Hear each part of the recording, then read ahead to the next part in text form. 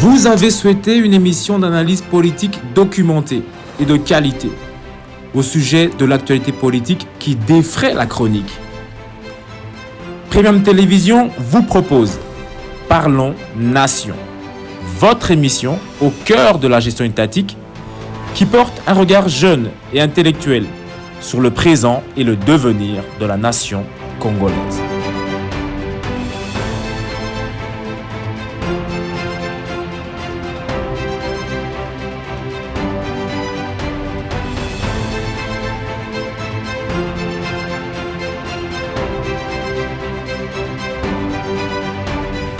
Parlons Nation avec Junior Koudoura, votre rendez-vous politique hebdomadaire à suivre exclusivement sur Premium Télévision.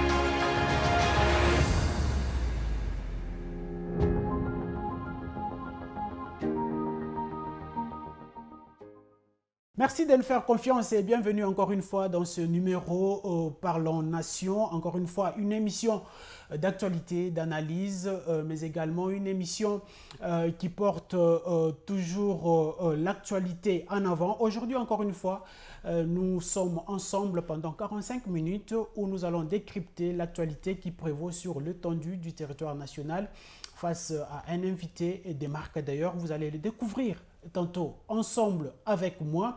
D'entrée de jeu au sommaire de cette émission, nous parlerons exactement du retrait de la mission onusienne en République démocratique du Congo. Comme vous le savez bel et bien avec moi, que ça court près de 20 ans ou plus encore que cette mission onusienne est sur le sol congolais. On en parle tout de suite dans cette émission, mais également nous allons débriefer, décrypter le discours devant la nation du président de la République sur la situation sécuritaire à l'est de notre pays. Pour ce faire, nous avons un invité de marque, je l'ai annoncé tantôt.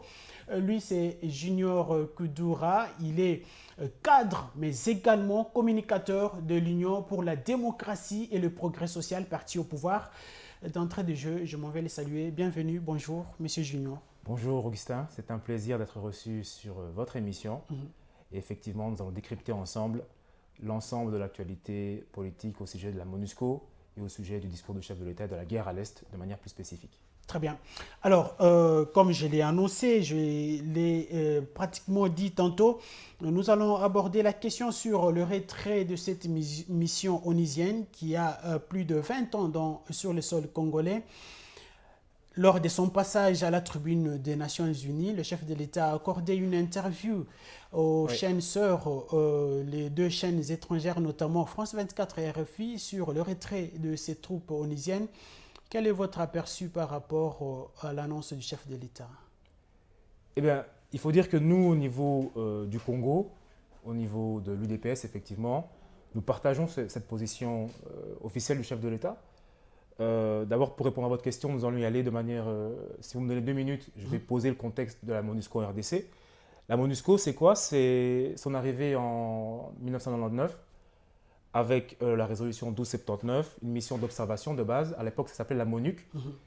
500 observateurs pour observer, qui avaient pour mission l'observation d'un cessez-le-feu entre la RDC et déjà à l'époque certains agresseurs pays voisins, notamment l'Ouganda, le Rwanda, la Namibie, le Zimbabwe et l'Angola. Cette mission d'observation, elle avait échoué puisque, au-delà des années, d'autres groupes armés ont continué à opérer illégalement en RDC et la MONUC est restée en RDC. Quelques années plus tard, en 2002, les accords de Sun City avec le fameux 1+4 qui avait pour but d'amener le pays vers une transition démocratique légale. La MONUC à l'époque avait pour mission d'aider la RDC à un processus de transition politique démocratique. Ce qui en soi était inutile puisqu'aujourd'hui nous avons constaté que le pays a très bien pu se débrouiller tout seul pour aller vers une transition politique. En 2010, la MONUC devient la MONUSCO et avec pour mission la protection des civils, la protection des personnels humanitaires et aider la RDC à sa stabilité et à se consolider.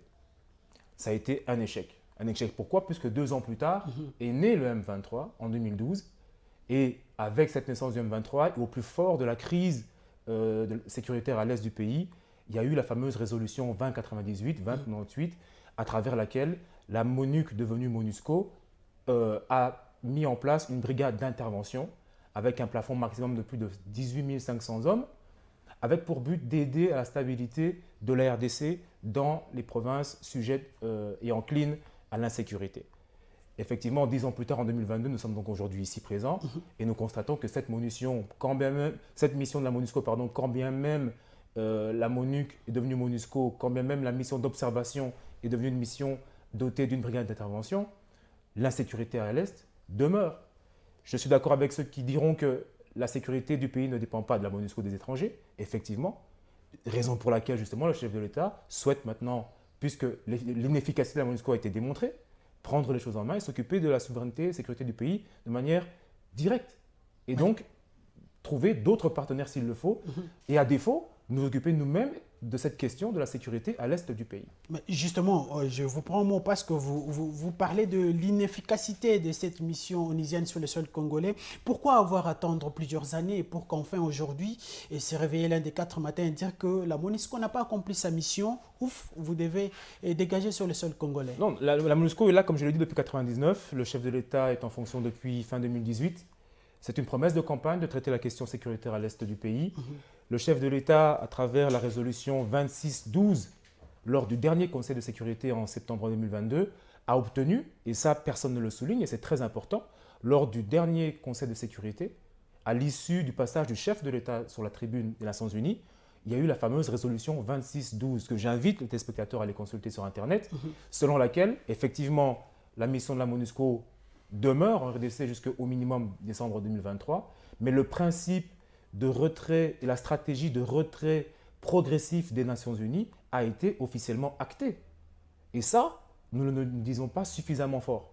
Et c'est une victoire obtenue parce qu'effectivement, de manière officielle et formelle, le principe de retrait, d'une stratégie de retrait progressif de la MONUSCO RDC a été acté. Et ça, effectivement, c'est un grand pas vers l'avant. Alors vous me direz pourquoi maintenant? Eh bien parce qu'effectivement, le chef de l'État est arrivé en fonction, c'est son premier mandat, il a fait l'état des lieux de ce qui se passe en RDC, l'état des lieux du partenariat avec la MONUSCO, et le bilan est médiocre. On a suivi ensemble en RDC ici le secrétaire général des Nations Unies dire de manière sarcastique, voire dédaigneuse, qu'effectivement le M23 était un mouvement qui opérait en RDC, mais avec, même pas la main noire, avec une main visible du Rwanda au pays, avec des troupes militaires rwandaises qui opèrent en RDC, c'est non seulement un mutisme de la part de la MONUSCO et des Nations Unies de manière générale, mais une complicité. Puisque d'autant plus que le dernier rapport d'une mission des Nations Unies relative à la sécurité à l'est du pays, ce dernier rapport a conclu lors des dernières réunions au niveau des Nations Unies qu'effectivement des militaires rwandais, le Rwanda opérait de manière directe en RDC. Donc soit nous sommes dans le mutisme des Nations Unies et de la MONUSCO, ou dans la complicité. Est-ce qu'aujourd'hui... Et dans les deux cas, le bilan est mauvais, donc il faut trouver des solutions palliatives auxquelles s'attelle justement le chef de l'État aujourd'hui. Très bien. Alors, nous allons essayer un peu de rafraîchir la mémoire avec le passage du chef de l'État lors de la 77e Assemblée générale des Nations Unies. Le chef de l'État avait justement accordé une interview traitant cette question sur le retrait de la MONUSCO. Nous allons suivre et puis on se retrouve justement après. Bon, d'abord, permettez-moi de dire que c'est vraiment avec peine que nous avons vécu ces événements malheureux que l'on voyait quand même venir. Parce que depuis un certain temps, donc depuis l'agression par le Rwanda à travers le M23 de la République démocratique du Congo, on avait un discours assez ambigu de la part de la MONUSCO, qui ne désignait pas l'agresseur, qui évitait de le dire, et qui par moments se disait même incapable, alors que c'est sa mission d'évoluer aux côtés des forces armées congolaises, se disait incapable, voire même refusait des fois d'épauler les forces armées congolaises. Et donc tout cela, je crois, a concouru à cette tension qui, malheureusement, sûrement à cause d'ailleurs de quelques manipulateurs, a dégénéré. Il y a eu une succession de maladresses qui a fait que, bon, on est arrivé malheureusement à ces événements. Et cela doit nous faire réfléchir justement sur la mission, le rôle de la mission onusienne au Congo. Et c'est à ça que j'avais invité le secrétaire général, lorsque je l'ai rencontré ici, Guterres, à faire comme exercice. Nous devons regarder le rôle que la MONUSCO doit jouer, parce qu'il lui reste très peu de temps, et pouvoir ainsi faire partir la MONUSCO sur une note beaucoup plus gaie, beaucoup plus honorable que celle auquel nous avons assisté en ce moment. Donc, voilà, Monsieur Junior, j'ai envie de vous appeler Koudoura parce que c'est un nom qui est de plus en plus connu. Alors aujourd'hui, on peut donner aussi raison au régime passé, au régime des 18 ans de Joseph Kabila qui avait déjà décrié bien avant le départ de la MONUSCO. Félix qui arrive, ça c'est ma première question. Est-ce que ce n'est pas par la pression de la population qui va dans tous les sens qui a poussé Félix Tshisekedi à adopter le départ de la MONUSCO sur le sol congolais?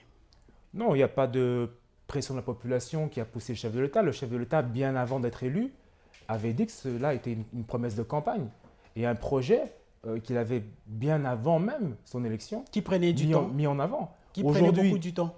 Écoutez, nous sommes là dans un premier mandat du chef de l'État.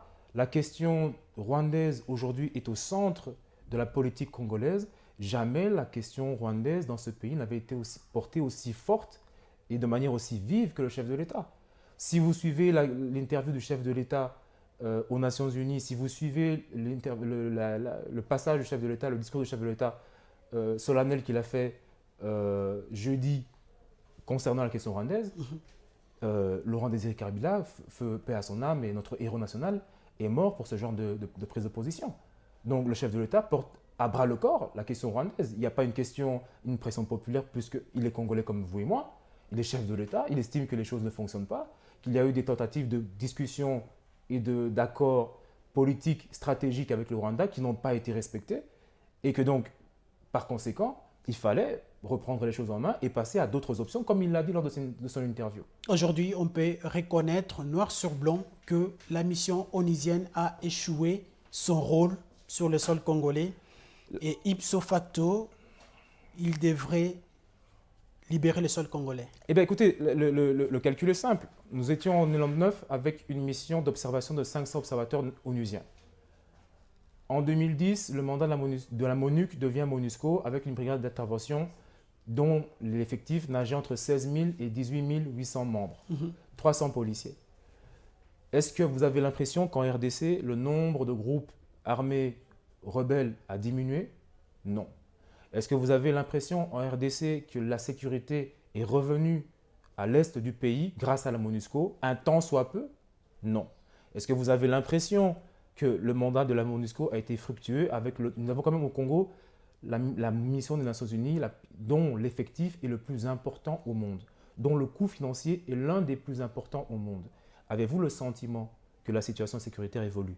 Alors si nous sommes tous d'accord pour dire qu'il ne s'agit pas, qu'on ne peut pas compter sur une force étrangère pour remettre la paix, soyons conséquents, mettons justement cette force étrangère sur le côté et traitons cette question nous-mêmes, comme le souhaite le chef de l'État, ou avec d'autres partenaires, comme le souhaite également le chef de l'État, avec notamment la question de la force internationale régionale. Vous êtes cadre du parti au pouvoir. J'ai cité l'Union pour la démocratie et le progrès social.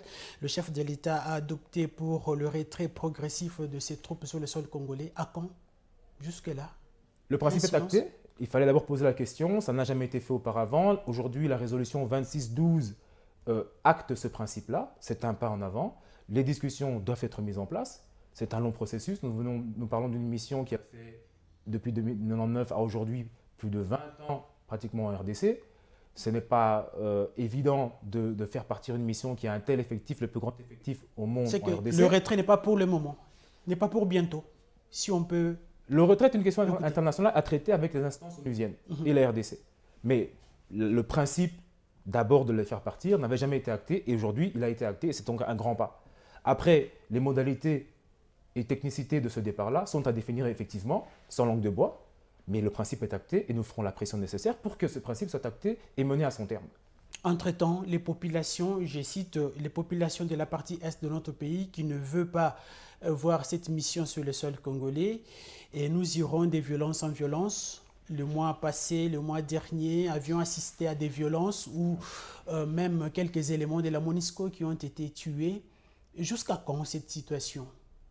Jusqu'à ce qu'il y ait un élan de patriotisme au Congo, jusqu'à ce que les Congolais accompagnent le chef de l'État dans ce qu'il fait.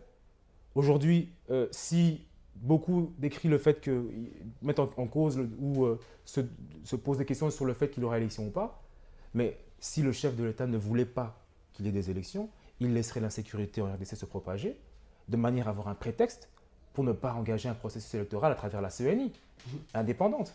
Mais tous les efforts sont faits par le chef de l'État pour sécuriser le pays. Or, moi, aujourd'hui, je regrette le mutisme, tant je regrette le mutisme des Nations Unies, mais je regrette aussi le mutisme de nos populations locales.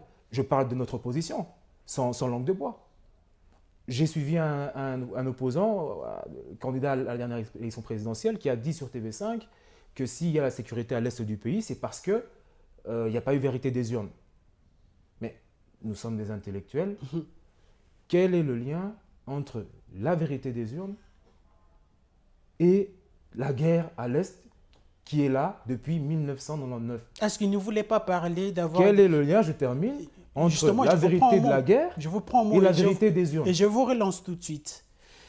Est-ce qu'il n'a pas juste voulu qu'il a fallu avoir des dirigeants légitimes pour qu'enfin ce que réclament de fois les rebelles et autres soient Mais mises sur la table et discutées? Laurent Désiré Kabila n'était-il pas légitime? Mais les Rwandais nous dérangeaient déjà. Joseph Kabila était président, élu en 2006, en 2011, en 2018. Légitimité ou pas, il était au moins légal. N'avons-nous pas eu des problèmes avec le Rwanda? Félix Tshisekedi est président. Nous avons toujours des problèmes avec le Rwanda. Parce que notre pays, la question de la guerre à l'Est n'est pas une question de vérité des urnes. Notre pays est un pays riche en matière minérale, le Rwanda est un pays pauvre, notamment en matière minérale, mais aujourd'hui, le Rwanda est le premier exportateur de coltan. L'insécurité à l'est de notre pays est vitale à la croissance et au développement du Rwanda.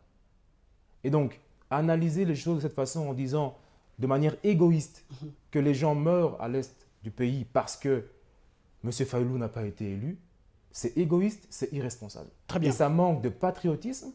Et lorsque vous le dites sur une chaîne internationale de surcroît, une chaîne internationale donc, qui appartient à des pays occidentaux qui sont soutiens au Rwanda, mais ils nous trouvent ridicules.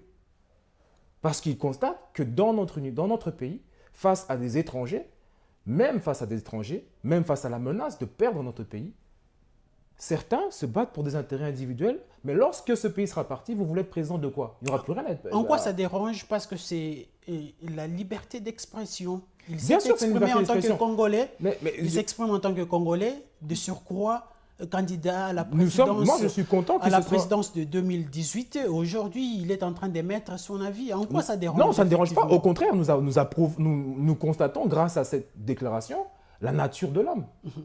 Ou du moins la nature de l'homme politique.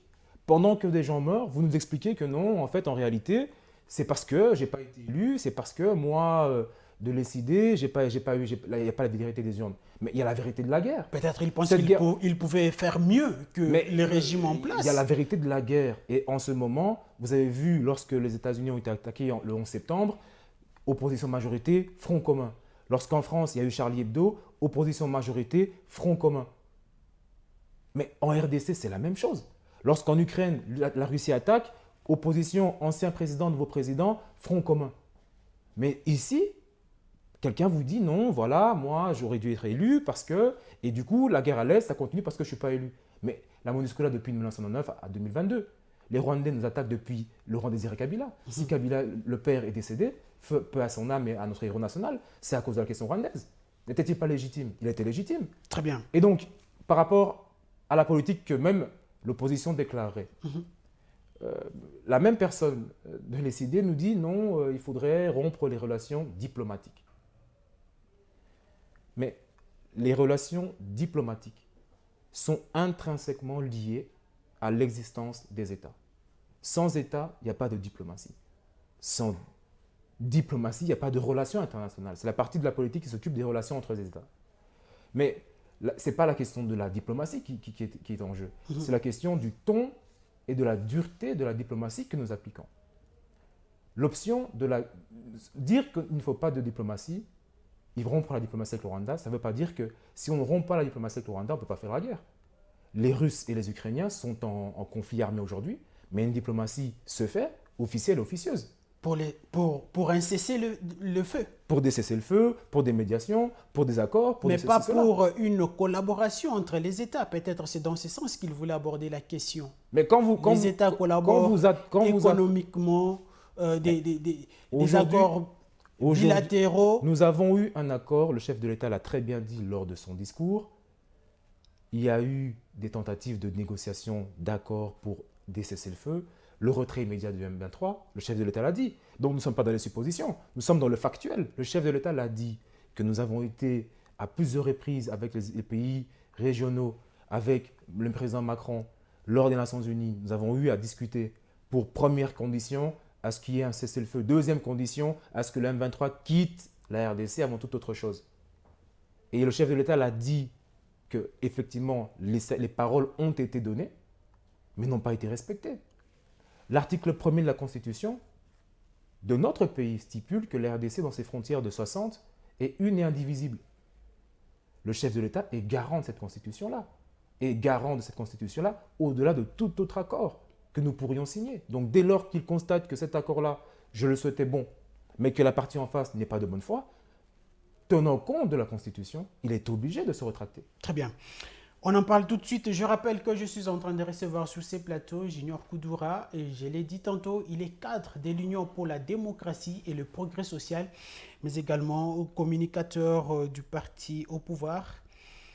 J'ai certainement envie de vous poser cette question avant que nous puissions changer de thématique pour décrypter les discours du chef de l'État devant la nation. Parlons-en un peu de la MONUSCO.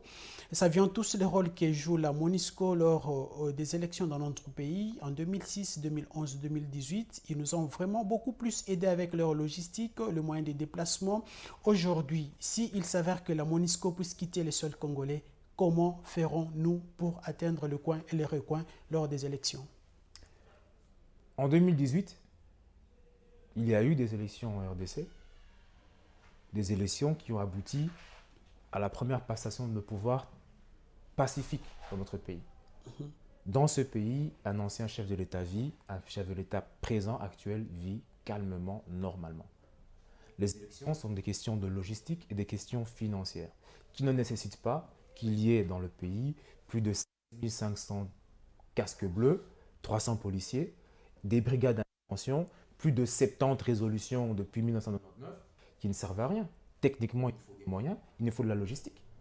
Et cette logistique-là, il y a des accords de coopération qui peuvent être mis en place, et il y a des accords, il y a des fonds propres qui peuvent être mis en place, mais qui ne nécessitent pas une présence onusienne, sous couvert de brigades d'intervention, sous couvert de missions de la paix, alors que la mission de la paix à laquelle est attachée l'ONU est un échec cuisant. Je parlais tantôt du service que nous a offert la mission onusienne. Mais il n'y a pas de service. Vous et moi ce service-là, nous le payons trop cher. Parce la mission onusienne nous a aidés à arriver jusqu'au fin fond de notre pays pour l'organisation des élections. Parce qu'apparemment, le gouvernement n'a pas assez de moyens pour trouver une logistique adéquate pour organiser les élections. Les fonds se trouvent, mais lier la question électorale à la présence onusienne n'a aucun lien. La mission des Nations Unies est une mission de la paix. La question électorale est une toute autre question. Vous ne pouvez pas vouloir traiter la question des élections alors que ce n'est pas la mission pour laquelle vous êtes en RDC. La mission pour laquelle vous êtes en RDC, c'est régler, aider à la stabilité, à la consolidation de la paix, de la démocratie en RDC. Vous ne pouvez pas passer du coq à l'âne et commencer à traiter les questions électorales disant que les élections contribuent à la paix. Non, attaquez la question de la paix directement ou rentrez chez vous et on s'en occupe nous-mêmes.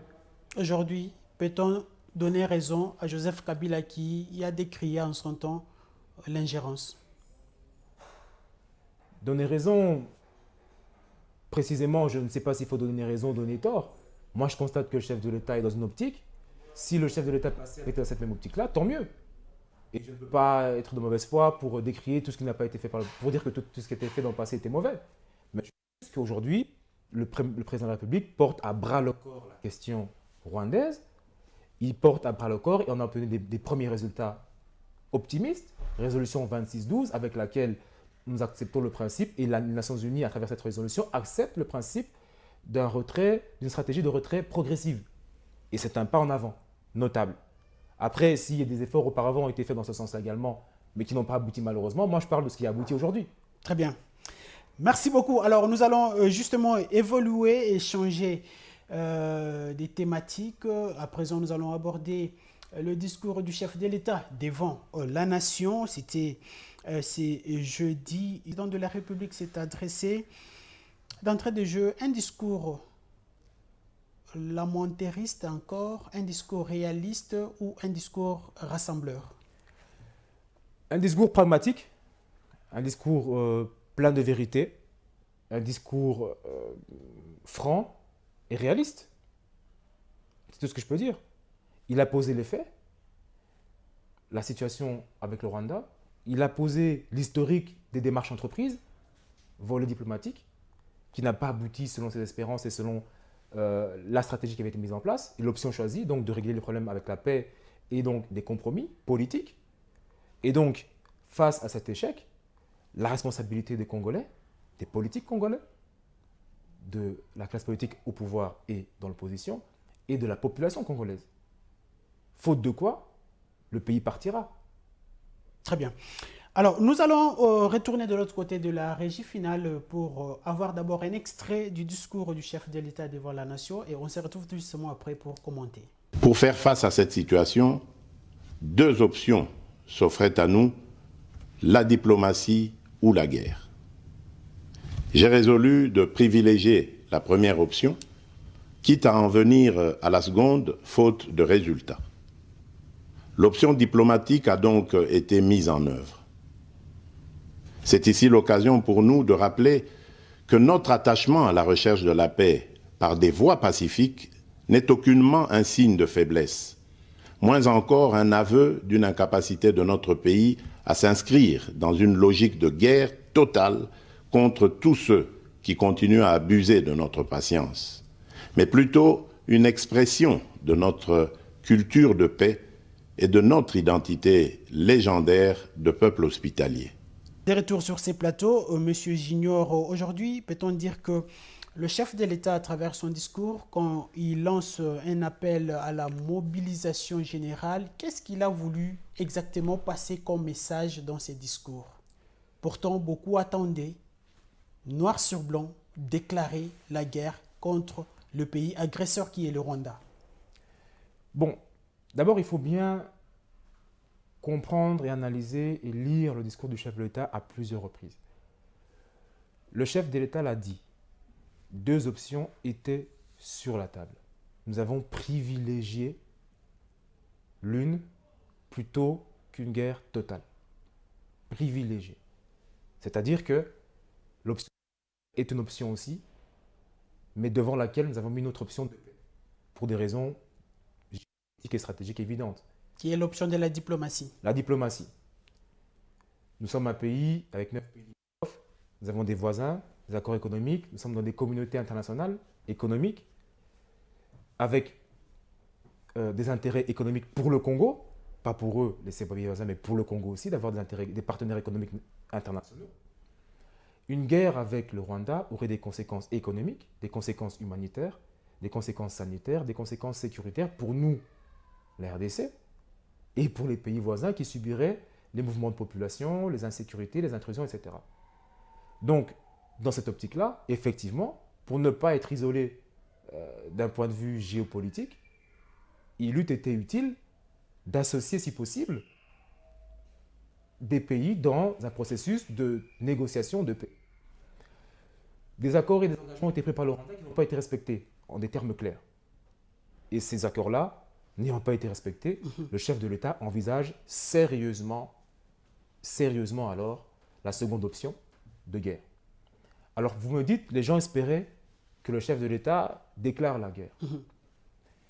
Mais d'abord, la question de la guerre est une question constitutionnelle. Pour déclarer la guerre, article 83 de la Constitution, article 146 de la Constitution, le chef de l'État déclare la guerre après l'accord du Conseil des ministres, l'avis du Conseil de sécurité de la Défense et l'accord du Parlement.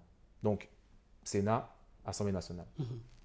Donc, quand cela n'est pas fait, ce sont des préalables constitutionnels, le chef de l'État ne peut pas sortir à la télévision, faire une sortie politique et déclarer la guerre, ne tenant pas compte de ces différents avals qui lui sont constitutionnellement nécessaires. Deuxièmement, d'un point de vue stratégique, la guerre, ça se prépare financièrement, matériellement, moralement, et on conscientise les populations à se préparer à cette guerre-là. Donc, je pense que cette question de la guerre en RDC, avec pour conséquence que nous fassions la guerre au Rwanda, elle est sérieuse. Cette option, elle est sérieusement prise en compte par le chef de l'État, mais ça se prépare d'un point de vue politique, d'un point de vue moral. Et ce message qui a été fait par le chef de l'État est pour nous préparer effectivement à ce que cette possibilité soit effectivement ancrée et intégrée par nos populations avec le comportement qui devrait s'en suivre, un comportement patriote nationaliste. Le chef de l'État qui a tout de même reconnu l'échec de cette diplomatie, autrefois appelée une diplomatie agissante, le chef de l'État qui a lui-même l'a dit lors de son discours, à avoir une bonne foi des sillonnés dans tous les pays limitrophes, dans les pays voisins, pour entretenir de bonnes relations. Après avoir constaté que la diplomatie n'a pas justement réussi, et l'option qui reste, c'est l'option des guerres. Aujourd'hui, le chef de l'État, dans son adresse, voulait tout simplement nous dire que maintenant, nous ne devons que compter sur nous pour bouter l'ennemi dehors. D'abord, avant de répondre à cette question, j'aimerais répondre aussi à une critique qu'on a beaucoup entendue. Oui, pourquoi une force régionale en RDC, ne pouvons-nous pas compter sur nous-mêmes?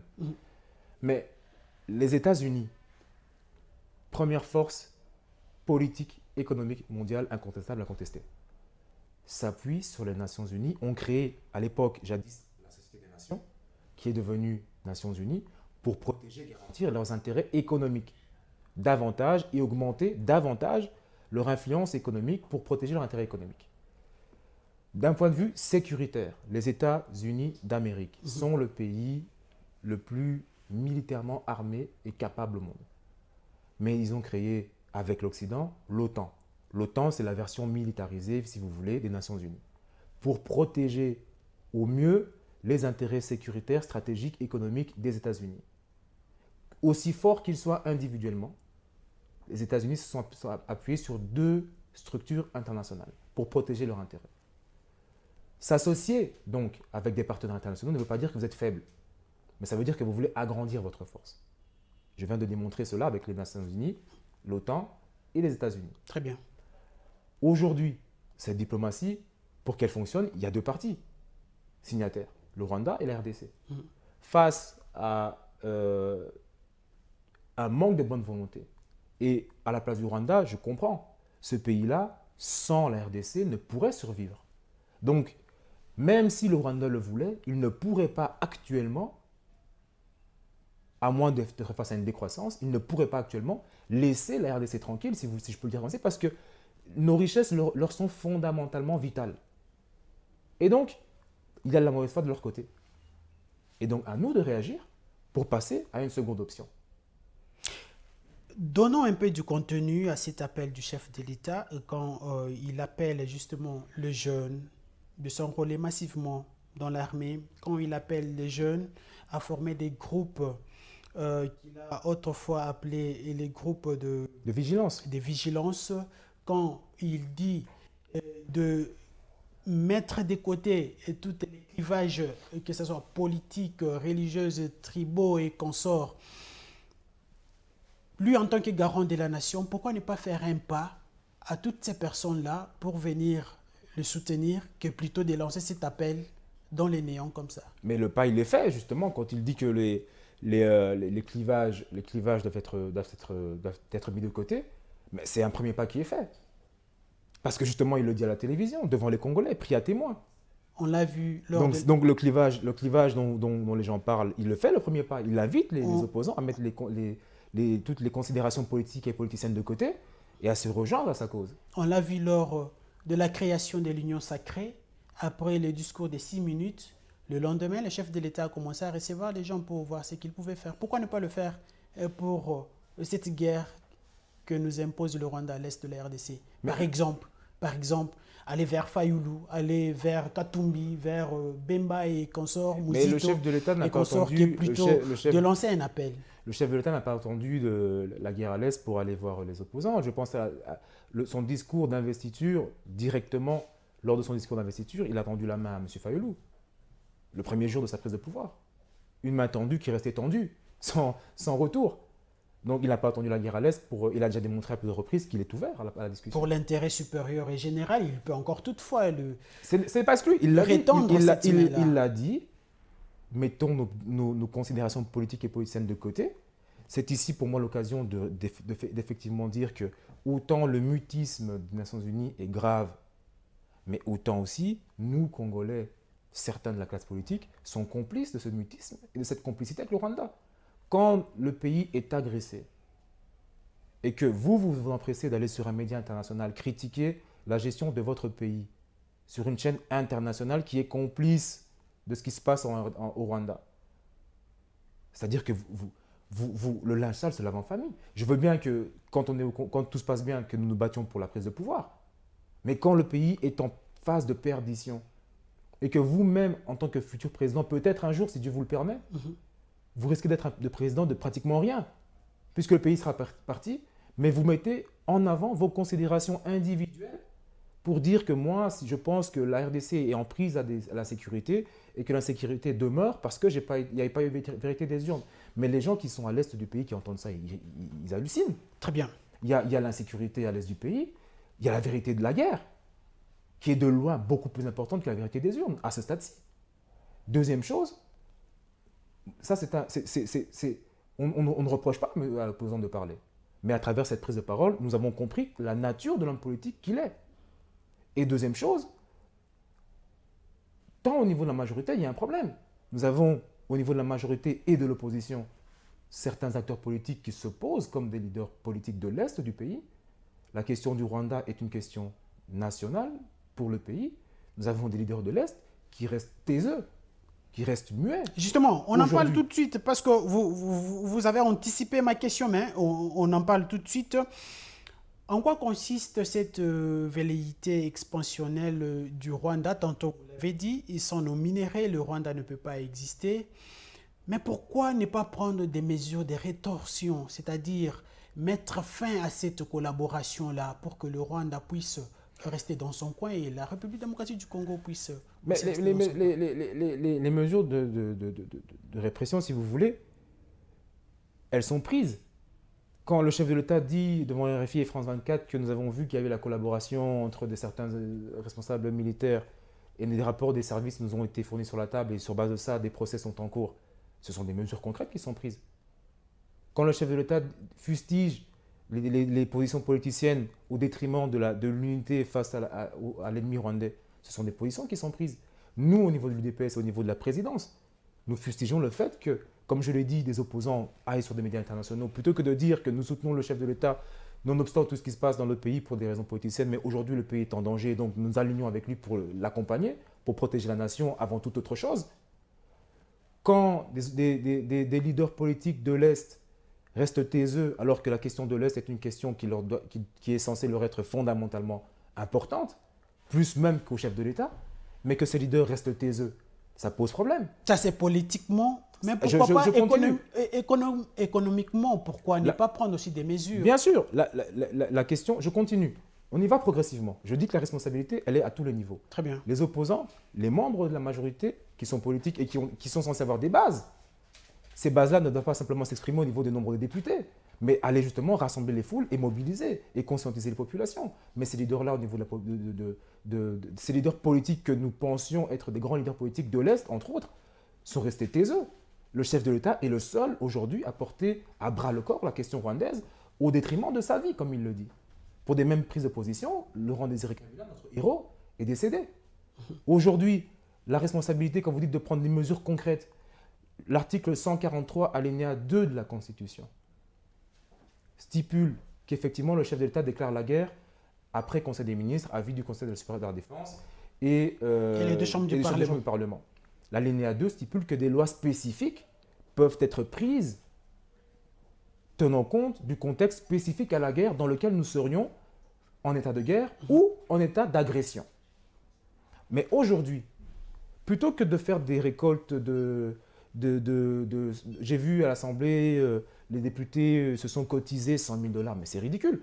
Aujourd'hui, vous êtes des députés, vous êtes 500 députés nationaux. La Constitution est censée être lue par vous tous les jours. Vous savez que dans la Constitution, vous avez la possibilité de proposer des lois spécifiques au contexte de guerre.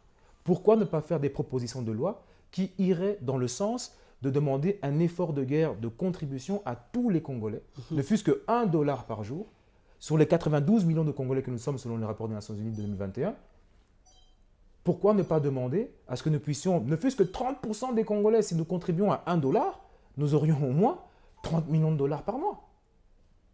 Pourquoi faire des cotisations ridicules de 100 000 francs, 100 000 $, quand vous avez, vous, les députés, le pouvoir de faire des propositions de loi concrètes qui aideraient le chef de l'État et qui aideraient le gouvernement à travers les mobilisations qu'il fait déjà pour les efforts de guerre à travers le ministre des Finances. Pourquoi est-ce que les députés ne pourraient pas, eux, à leur niveau, faire des propositions de loi solides, béton, qui permettraient à ce que la contribution des Congolais, la participation des Congolais soit coulée dans un texte de loi obligatoire, de la même manière qu'est l'impôt, et que cette contribution à l'effort de guerre soit légale et légalisée, plutôt que de cotiser 100 000 francs, 100 000 $. C'est là où nous voulons voir notre élite. C'est là où nous voulons voir nos députés. Voilà, merci beaucoup. Donc, je vous réponds. Et encore une fois, quand vous disiez de faire des efforts économiques, les efforts économiques sont faits. Le ministre des Finances l'a dit. Jamais la RDC n'a autant dépensé dans le budget de la défense nationale. Plus de 300 millions de $ ont été décaissés pour le seul mois d'octobre. Le ministre de la Défense l'a dit sur Top Congo. Le rapport de la commission défense de l'Assemblée nationale a effectivement dit que depuis des décennies, jamais la RDC n'a fait autant d'efforts économiques. Mais ce que je voulais dire pour chuter et poursuivre avec vous, c'est que vous pouvez avoir des milliards et des milliards. Ce qui sauvera le pays, le chef de l'État l'a dit, c'est l'unité. Quel milliard a le Mali lorsqu'il a débouté la France de son pays? Combien de milliards avaient les Iraniens ou les Afghans lorsqu'ils ont débouté les Américains de leur pays? Combien de milliards ont eu les Irakiens lorsqu'ils ont fait échouer les États-Unis après 20 ans de guerre en Irak? A contrario, les États-Unis avaient des milliards de dollars, ils ont échoué en Irak. Très bien. Les États-Unis avaient des milliards de dollars, ils ont échoué en Afghanistan. La France a des milliards de dollars, elle échoue au Mali. Qu'est-ce qu'il y a de commun dans ces populations afghanes, maliennes, irakiennes? C'est le patriotisme. Très bien. Cela nous fait défaut en RDC. Merci beaucoup, Monsieur Junior. Alors, le chef de l'État a appelé à la mobilisation générale. Pour ce faire, il a tendu la main à tous les compatriotes congolais de s'unir derrière les forces armées de la République démocratique du Congo pour justement bouter l'ennemi dehors. Nous allons suivre un extrait de son discours sur l'unité et la cohésion, afin de soutenir nos FARDC. Et puis on se retrouve justement après. À vous, nos vaillants soldats, vous qui avez pris l'engagement de servir sous le drapeau, je vous invite ici au sens élevé du patriotisme en ce temps particulièrement exceptionnel de notre histoire, de défendre notre pays, de protéger l'intégrité de son territoire et d'assurer la sécurité des Congolaises et des Congolais contre toute agression ou attaque d'où qu'elle vienne. À vous, mes très chers compatriotes, la guerre qui nous est imposée par nos voisins exige de chacun de nous des sacrifices. C'est le moment de taire nos divergences politiques pour défendre tous rassemblés notre mère patrie. Notre histoire et notre marche commune ont sans cesse démontré que, loin de s'effondrer, notre nation et son peuple ont toujours relevé ce genre de défi et nous en sommes toujours sortis victorieux. Restons tous unis et solidaires derrière nos forces de défense et de sécurité. La situation actuelle, loin de nous affecter, n'est qu'une épreuve de plus que nous allons surmonter pour raffermir davantage notre unité. Au-delà de tout clivage politique, idéologique, religieux et tribal, la défense de la mère patrie est le seul objectif qui doit nous unir en ce moment. Le pays nous appelle. La nation a besoin de l'engagement de toutes ses filles et de tous ses fils. Voilà, des retours sur ces plateaux. Alors, Monsieur Junior, le chef de l'État, quand il appelle à cette unité-là, je le disais tantôt, pourquoi ne pas faire un pas en tant que garant de bon fonctionnement des institutions, aller vers je sais pas moi, l'opposition, les confessions religieuses par exemple, mais également toutes les forces vives, aller vers eux pour qu'en retour, que ces derniers puissent lui donner des béquilles d'efforts pour le soutien total, afin que nous puissions bouter l'ennemi dehors. Mais il en va de la responsabilité d'abord politique et de la conscience politique et nationaliste de chacun d'entre nous, politique ou apolitique, jeunes, vieux, femmes, hommes, Congolais tout court, nous devons être responsables, comprendre les enjeux de l'heure. Aujourd'hui, le chef de l'État l'a démontré dès sa prise de pouvoir, il a toujours été ouvert à discuter avec toutes les parties politiques prenantes dans ce pays qui jouent un rôle politiquement. UNC, UDPS, FCC, SID, Ensemble, MLC, tous ont été approchés par le chef de l'État bien avant la guerre à l'est du pays, donc il n'y a pas débat. Aujourd'hui, il en résulte de la conscience politique et patriotique des acteurs politiques et de la conscience des populations. Les mêmes aujourd'hui qui rechignent à soutenir le chef de l'État le font pour des raisons politiciennes. Les SID fustige le chef de l'État sur TV5 Monde en disant oui, il faut supprimer les relations diplomatiques, qui n'a rien changé du tout. Parce que, comme je l'ai dit, les relations diplomatiques n'excluent pas la guerre. Mais ce sont les mêmes, ils ne comprennent pas qu'aujourd'hui, s'il n'y a pas un bloc commun derrière le chef de l'État, les élections seront nécessairement compromises. Vouloir ou pas. Vous aurez beau placer 10 000 urnes à Rutshuru, à Bunagana, à Bukavu, à Goma, si ça tire dans la ville, je vous garantis que personne n'ira voter. Personne n'ira voter. Vous aurez beau dire, oui, il faut l'inclusion, des élections inclusives, etc., etc. Mais monsieur, les élections inclusives, ce n'est pas au sens des Nations Unies et de la MONUSCO de dire inclusivité, il faut que tel soit candidat, il faut que tel soit candidat, il faut libérer les charges contre celui-ci pour qu'il soit candidat. Non, l'inclusivité, c'est la possibilité, dans le sens compris par le chef de l'État et par moi-même, c'est la possibilité à ce que tous les Congolais puissent participer au processus électoral. Or, l'Est du pays représente plus ou moins 15 à 20% du corps électoral. Donc aujourd'hui, ne fût-ce que pour des raisons politiciennes, même les opposants ont intérêt à ce qu'il y ait la paix à l'Est. Et ils ne le comprennent pas. Aujourd'hui, ils ne soutiennent pas le chef. Lorsque nous serons contraints peut-être du fait de l'insécurité à favoriser l'injection de finances dans la guerre, et donc la compromission peut-être du processus électoral, pour des raisons financières ou sécuritaires, ce seront les mêmes qui fustigeront le chef de l'État. Or, je le répète, aujourd'hui, il y a un manque de patriotisme et d'implication. Ce qui a sauvé les pays comme l'Afghanistan de l'invasion, comme l'Irak de l'invasion, ce n'est pas les milliards qui n'en ont jamais eu. C'est le patriotisme, c'est l'envie de se battre, de protéger son pays, au-delà de toute autre chose, de toute autre considération. C'est ça qui nous manque, autant dans la classe politique que chez les députés. Les politiciens, comme le président, je viens d'en parler, les députés, plutôt que de faire des cotisations de 100 000 $ pour 500 députés, mais faites des propositions de loi adéquates. La Constitution vous le permet. La Constitution le permet en son article 143. Je suis même en train de les aider pour faciliter la recherche dans la Constitution. La Constitution le permet. Et pour les populations, le chef de l'État l'a dit, la jeunesse, les corps religieux. Vous dites approchez le corps religieux, mais les églises sont des sources de mobilisation. Plutôt que de prier simplement pour le mariage... Comment expliquez-vous le mythisme de l'Église catholique qui a toujours... Pas seulement l'Église catholique, c'est... Pratiquer une politique active. Non, c'est pas seulement l'Église catholique, je ne veux pas stigmatiser l'Église. Je suis chrétien, croyant moi-même, je ne veux pas stigmatiser l'Église, mais en tant que chrétien et surtout patriote d'abord, je me pose des questions sur les priorités de l'Église. Des églises chrétiennes et musulmanes et autres. Plutôt que de sensibiliser les populations, de faire des jeûnes et prières pour les visas, les voyages, le mariage, ceci, cela. Mais le pays part. Très bien. Sensibiliser les populations sur la perte du pays. Bientôt, vous n'aurez plus d'églises sur lesquelles prier. Bientôt, nous n'aurons plus d'élections pour lesquelles candidater parce que le pays sera parti. Bientôt, nous n'aurons plus d'assemblée où ça sort parce que le pays sera parti. Voilà les questions qu'il faut se poser. Donc, le patriotisme, c'est ça la réponse. J'ai une question, mais en deux volets, et puis on va se séparer par là.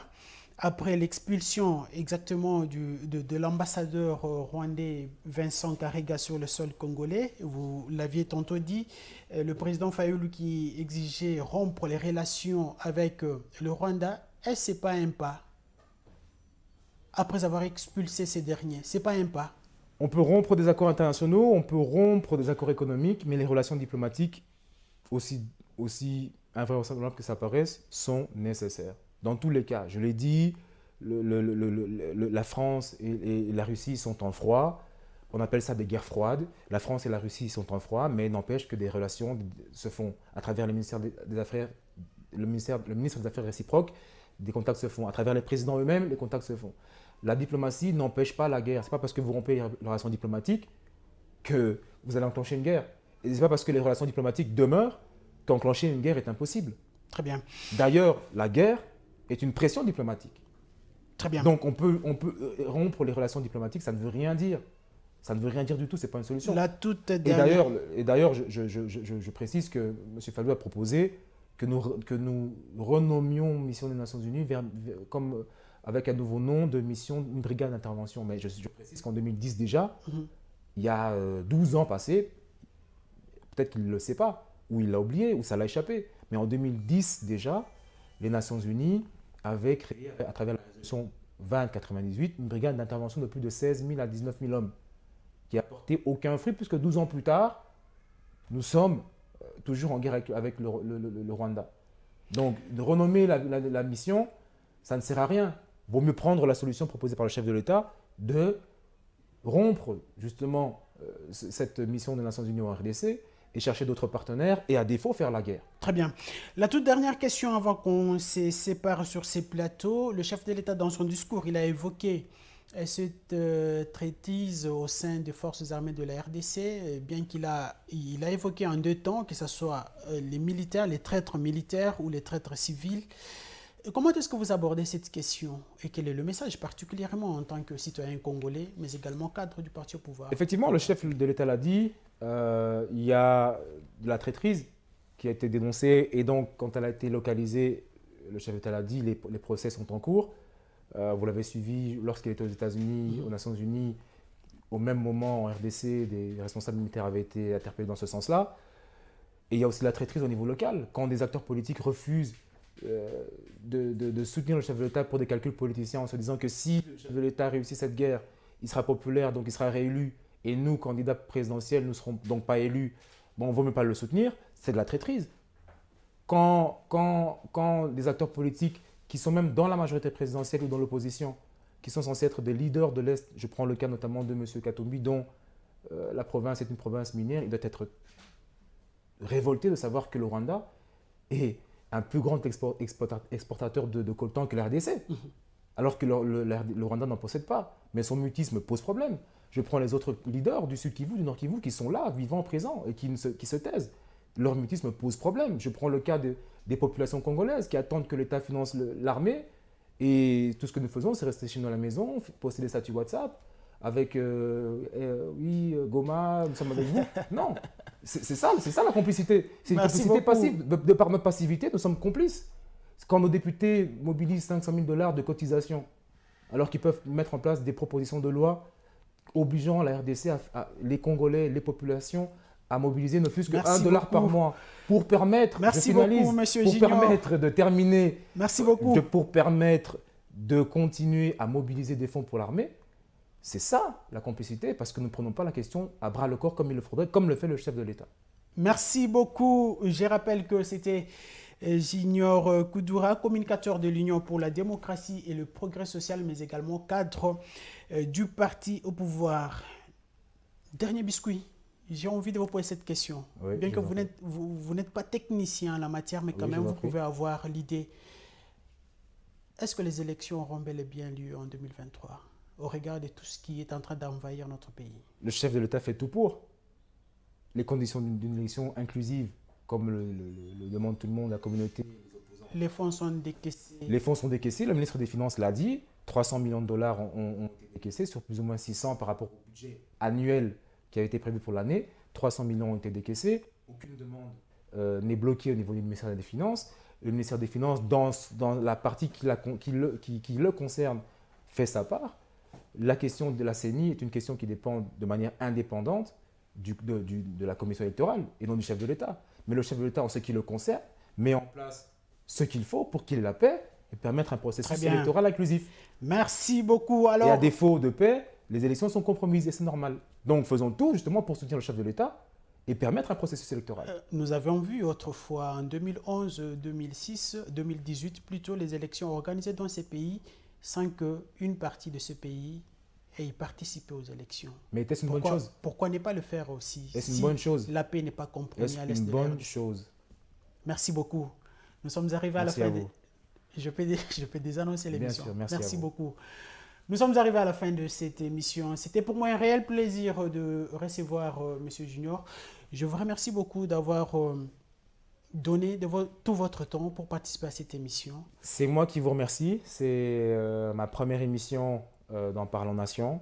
Une émission que vous portez très bien, que vous managez très bien. Et j'espère être réinvité encore et encore, autant de fois que nécessaire, pour décrypter l'actualité, parler de mon pays, qui est une passion, et parler et apporter un peu de ce que je peux en termes d'analyse, de compréhension et d'idées peut-être pour développer mon beau pays que nous garderons uni et unifié et indivisible. Très bien. Donc voilà. Fin complète de cette émission. Merci à toute la grande équipe technique qui nous a accompagnés. Rodin Talaï derrière les caméras, Adam, mais également Jonathan Makila. Merci à ces zéros dans l'ombre. On se retrouve au tout prochain numéro avec M. Junior pour encore l'actualité de notre pays. D'ici là, portez-vous bien chez vous et bonne suite des programmes. Au revoir.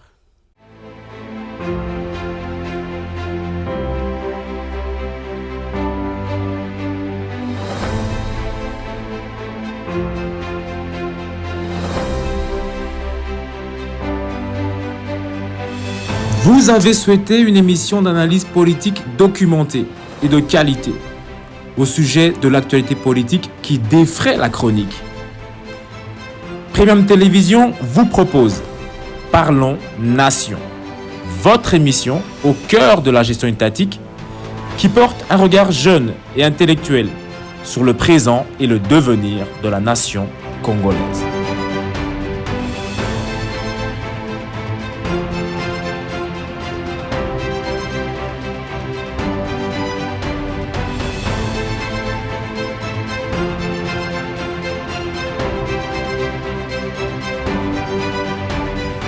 Parlons Nation avec Junior Koudoura, votre rendez-vous politique hebdomadaire à suivre exclusivement sur Premium Télévision.